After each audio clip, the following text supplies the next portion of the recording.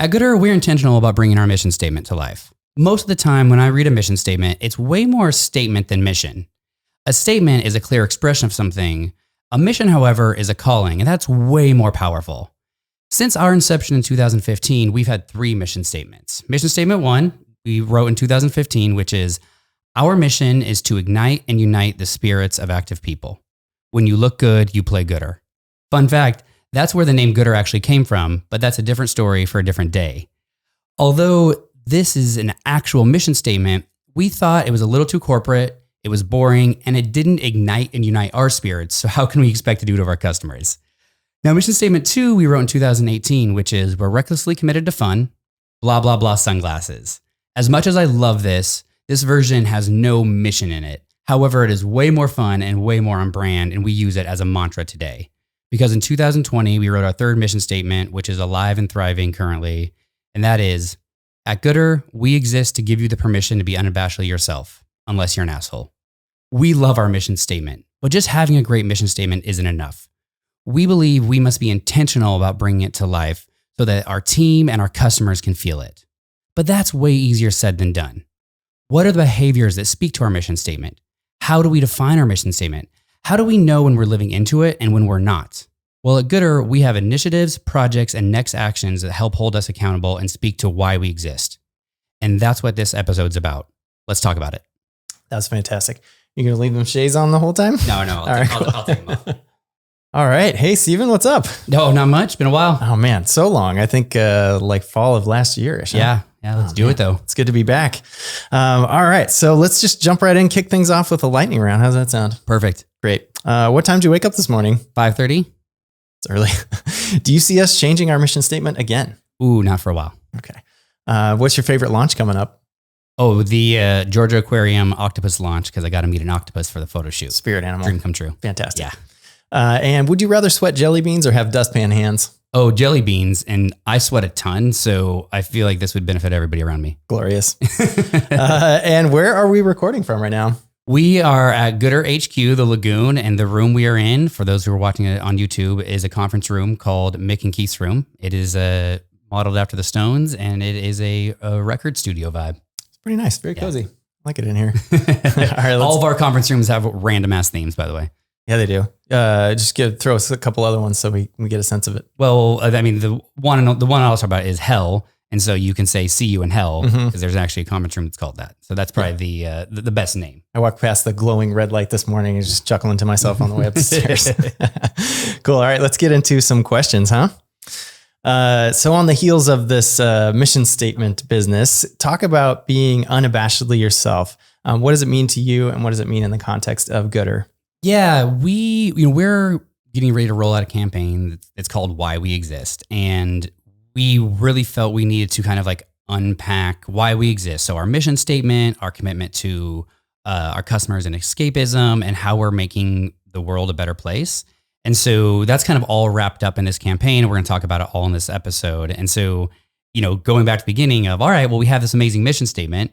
What does it actually mean? Because it can be viewed as word salad at times. So we put intention behind it. So unabashedly you, the definition of that is like, without embarrassment or shame. That's just the textbook definition. But at goodr, it's, be you with no shame, bring your individuality. You're silly, you're weird, you're unique, you're quirky.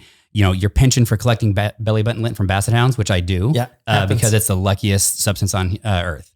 But really what's wrapped up in that is from internally, the thing we hear constantly from people who come into goodr as new hires is it's the first time they've ever thought they could be truly them at work. There's not work Steven and home Steven. There's just Steven. Yeah. And so, right, we really believe in authenticity and letting people be unabashedly themselves.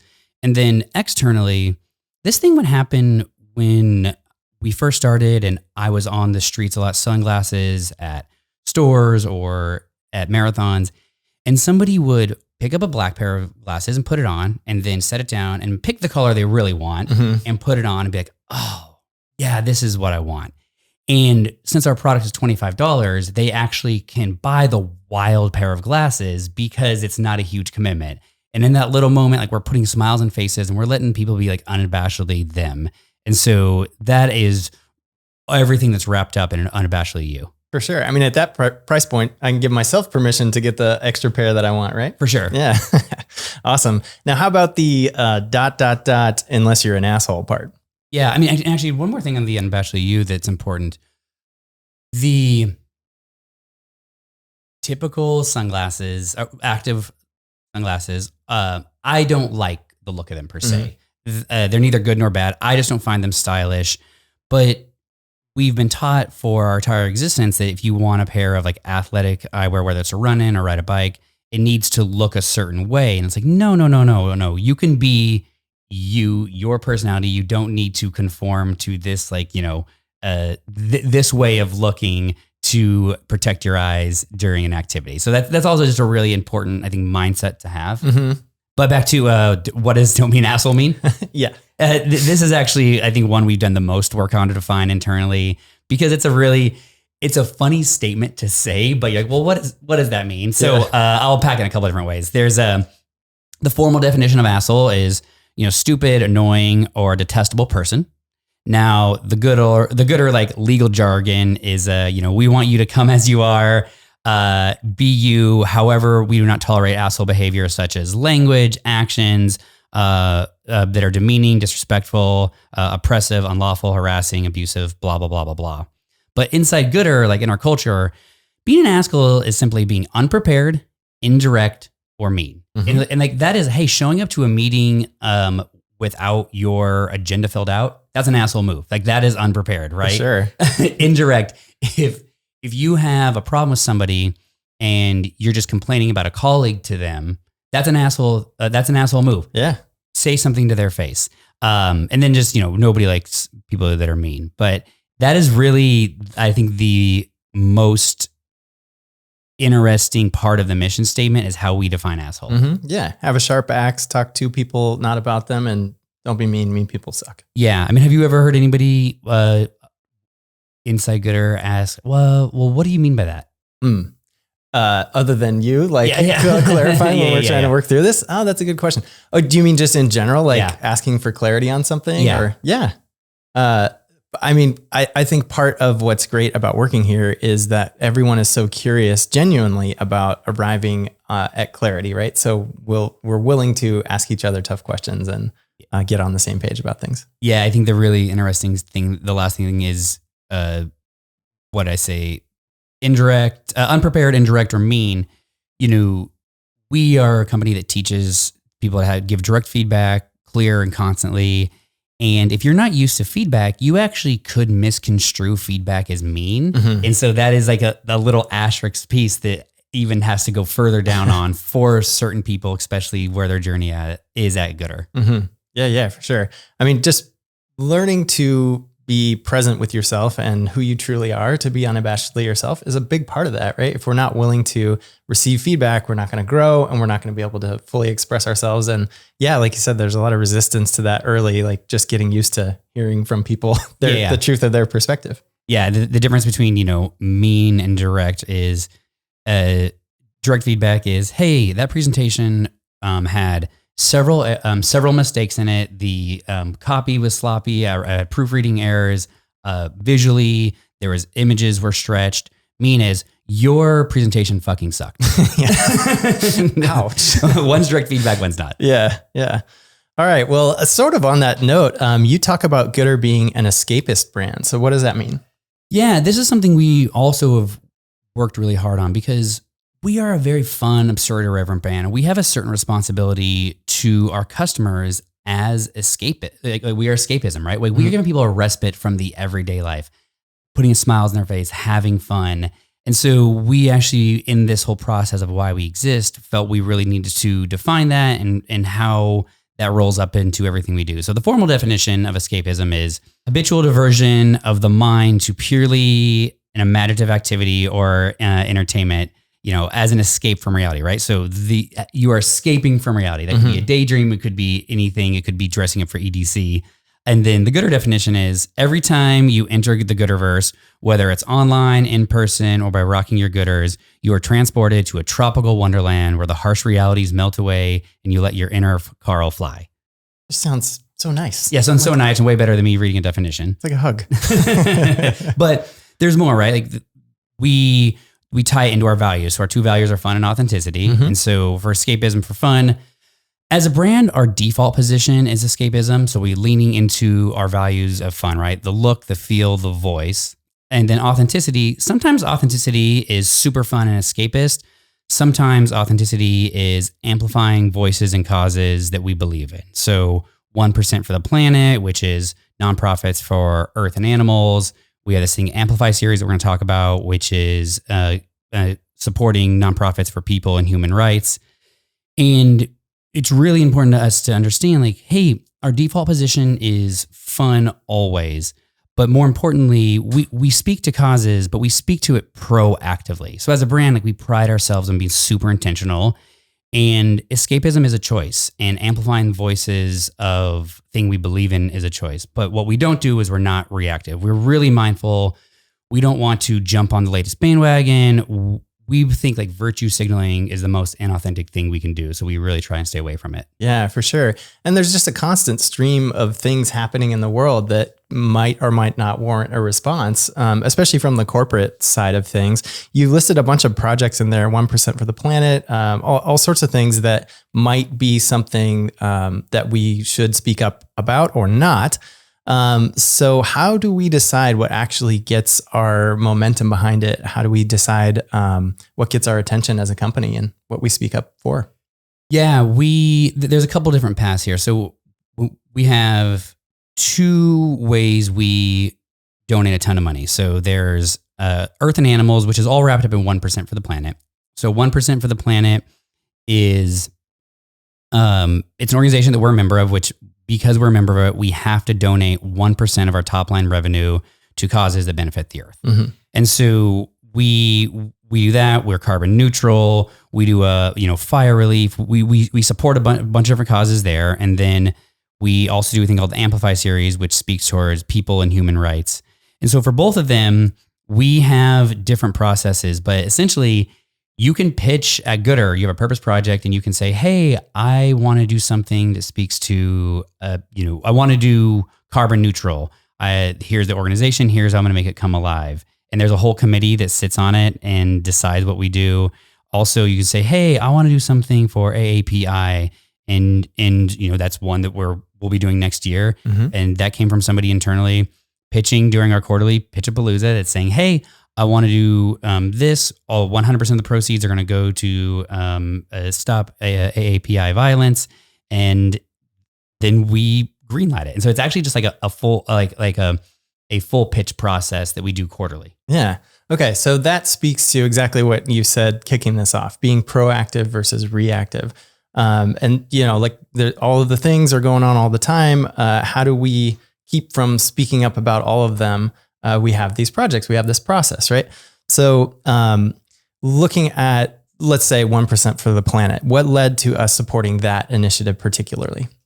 Yeah, I mean, that came from, we've been doing that for a while. I don't know how many years, but Ben, my partner, he actually started that. I want to say 2017 or 18, mm-hmm. maybe 18 when we started doing that. And that just came from a place of, hey, we now have a company that we can afford to pay our bills because the first couple of years we really couldn't. For sure.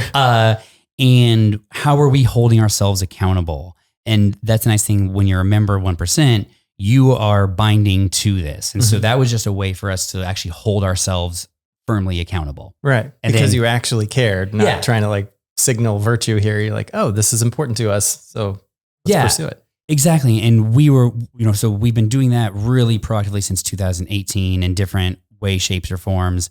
And in 2020, we realized we've done stuff for people and human rights, from our beginning, whether it be Special Olympics or LGBTQ causes or 100 Mile Club, but we didn't have it formalized like we did 1% for the planet. There's unfortunately not a 1% for the people in the world yet. That is my dream at goodr. But we realized in 2020, we should actually have two paths. We should do stuff that benefits Earth and animals, and then stuff that benefits people and human rights. And that just came. That other side came from just an awareness of, we're really good here, we're not so good here, so let's be intentional. And that's when we started formalizing what we call the Amplify series, which is amplifying voices and causes around us. Yeah. Awesome. Can you talk about some other examples of causes that we support maybe in some of those other categories? Yeah, I mean, I can talk about past and then future real quick. So Sure. we'll talk about Earth and animals first. So obviously 1% for the planet. We are carbon neutral. So we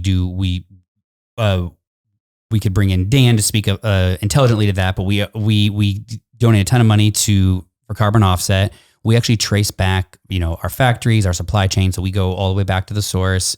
We do a thing called These Shades Are Trash, which we would love to do recycled plastic. It's really hard. So we do some drops a year with it. That money goes to 1% so they can keep going. We just launched national parks. So give money to our national parks. We do things with Denver Zoo. So support Denver Zoo and, conservation efforts, Wags and Walks, which is obviously dog adoption.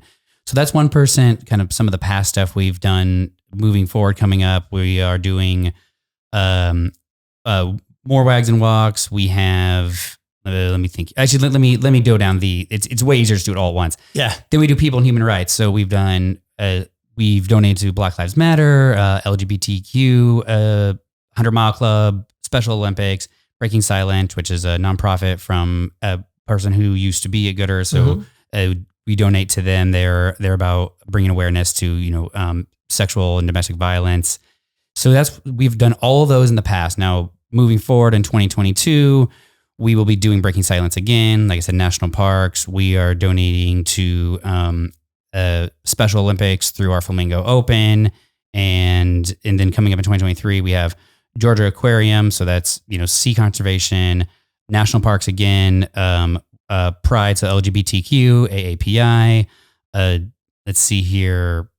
And then we have, I believe there's a couple on here that we don't have a date for, but we are doing Indigenous people and Mexican heritage. So those don't have a date, but I think they're also coming in 2023. Yeah, amazing. So a lot of this feels like it's connected to more than just the founding partners, right? We've started to recruit more folks from goodr into the conversation and into this space, right? So maybe thinking about the way that purpose projects play into this. So you just listed a bunch of amazing projects. Yeah. They didn't just come out of thin air, right? We at some point were reacting to things that were going on in the world, and then we transitioned to a point where we're being more proactive. Can you talk about the backstory there? Yeah, I mean, even taking it back even further, we, since 2017, have had a thing called purpose projects for everyone at goodr. So purpose projects are part of your quarterly review, an expectation that how do you leave the world a better place? So a lot of people here might volunteer. There's people here who've started their own nonprofits. It can be anything and everything. So that's kind of, I think, even pre 1% for the planet, we were doing that. That was the start.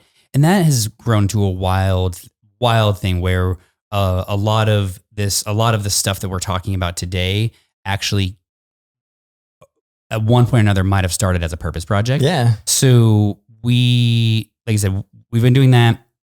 And then I feel like in the past 2 years, it's been a fucking wild world. I mean, between the pandemic and just like, social and cultural like injustice. And, you find yourself being like, hey, if you're not proactively working towards a cause or donating, then there's a pull, I think, to virtue signal. And so we realized that we're like, oh, we need to do a better job about matching we need to match our earth and animals effort with people and human rights. And so that kind of evolved in 2020. And so we created the system of like, all right, if you see something that's going on in the world and you want to help support it, you can now use your purpose project to do it. And we have set aside budget and funds to donate to these causes, but they have to be nonprofits, obviously. Yeah, for sure. Yeah. Can you talk about some of the wins and challenges there, getting sort of recruitment and participation behind that? Yeah, it's wild because I think a lot at goodr, we just did our quarterly reviews, and I think a lot of people struggle with the purpose project. It's the first thing for you to say no to. Like, well, it's not really part of my role. Right. And so certain people either absolutely love it and they are in. Other people just struggle with it for whatever reason. I think it's a foreign concept. And so if you kind of like draw that out, we have a certain amount of launches a year. We have a ton of funds that are in a pot to donate. But to get it donated to your cause, you have to make a pitch. You have to be like, hey, I want to donate to this cause for this reason.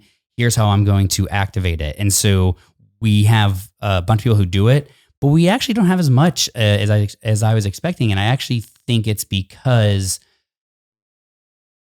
we go from if there's something you want to support, you can't just talk about it at goodr, you have to do something about it. Right. And that extra hill that has to be climbed for one reason or another, unfortunately, slows certain people down. Yeah, definitely. And at the same time, having this format where you know for sure there's a way to get some funds behind a great idea or a great cause, I think it really empowers those who have that passion to make change. Yeah. And we're a big believer in just not donating money willy-nilly. We want the person to reach out to the organization, understand what do they do? Are we sure we're aligned? And right, there's just some work to be done there that is a little obstacle. Right. Yeah, it is about way more than money, right? And that's why the initial track for purpose projects is just a volunteer program where you actually go and participate and see on a one-to-one, face-to-face level what kind of change can be made by participating. Yeah, I mean, we also try and be very local. Like, there's a lot of giant organizations, but really the bigger they are, the less they need your money for better or use it well. Or use it well. Yeah. And we're way more into smaller local organizations that actually we can talk to and we can do something with. Like, sometimes it's a glass that we donate 100% of the funds. Sometimes it's volunteers for employees. Other times, how can we do something to just create awareness? And we want partners who are excited to engage with us rather than just cash the check. Right, for sure. So we've talked through this Why We Exist campaign that's just launched here. Some of the evolution of our mission statements you covered, and some key projects behind this. So how do you see this effort continuing to evolve? Yeah, I mean, my dream has always been that so for those who don't know 1% for the Planet, 1% for the Planet was, I'm going to butcher the official origin, but I'm 99% sure it was started by Patagonia. And Patagonia realized like, hey, how do we create this organization to get other businesses to opt in to supporting Mother Earth?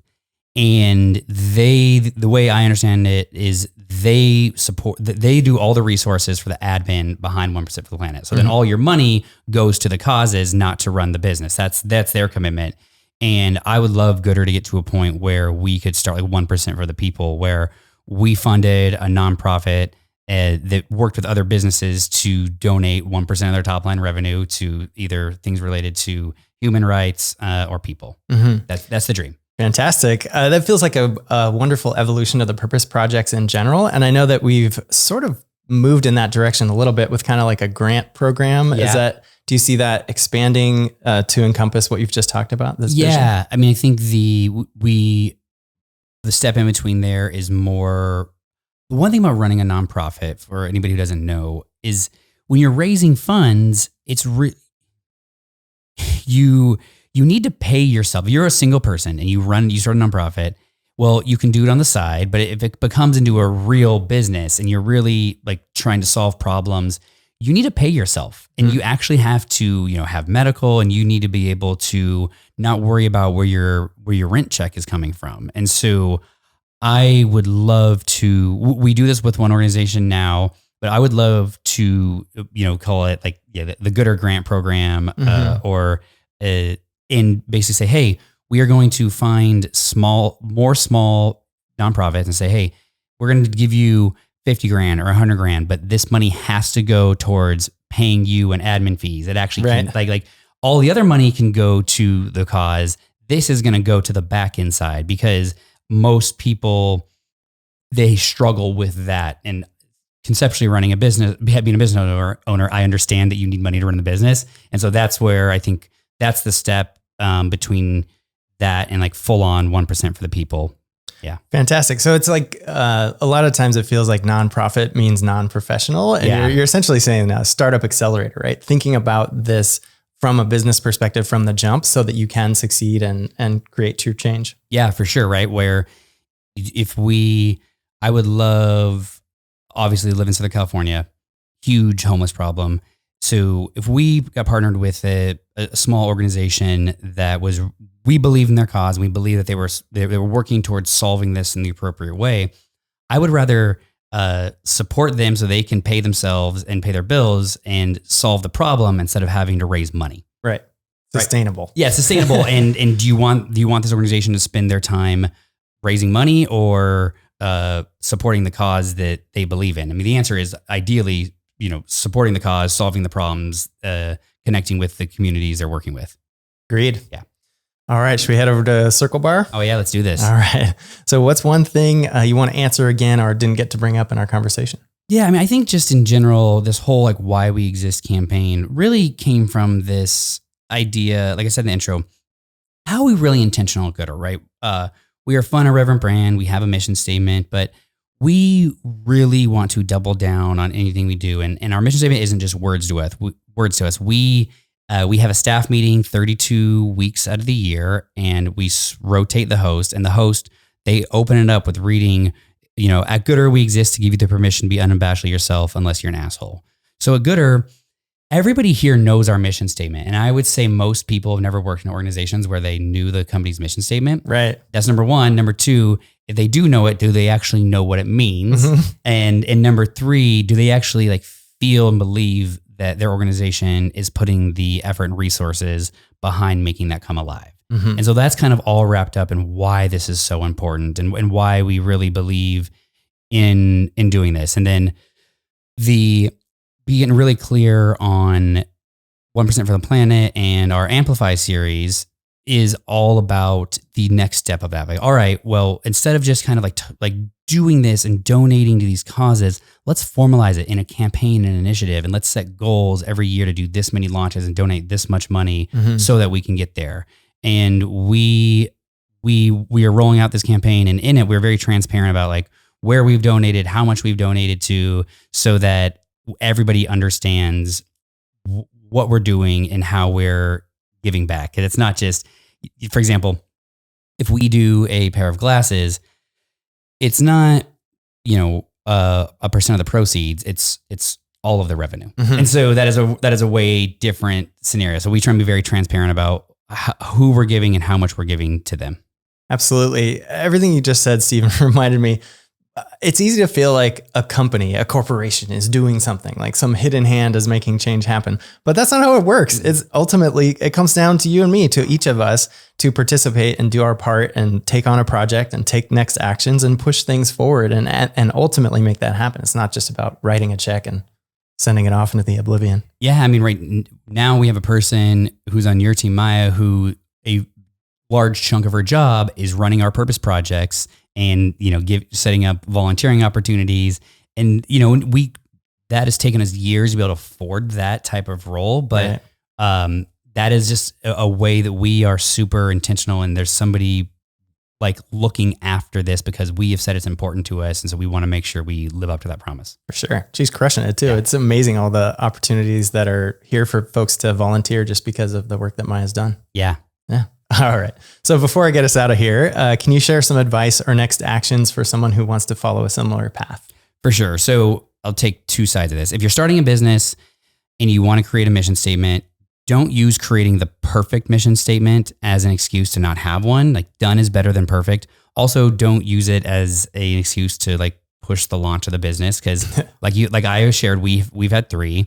And if you want to kind of do what we've done here with the why we exist, I think there's 2 steps to this. One is insert your mission statement in some type of regular part of your business. So it's at the front of our staff meeting, because if people don't know it at your organization, they can't live into it, and it's easy for you not to hold yourself accountable. Mm-hmm.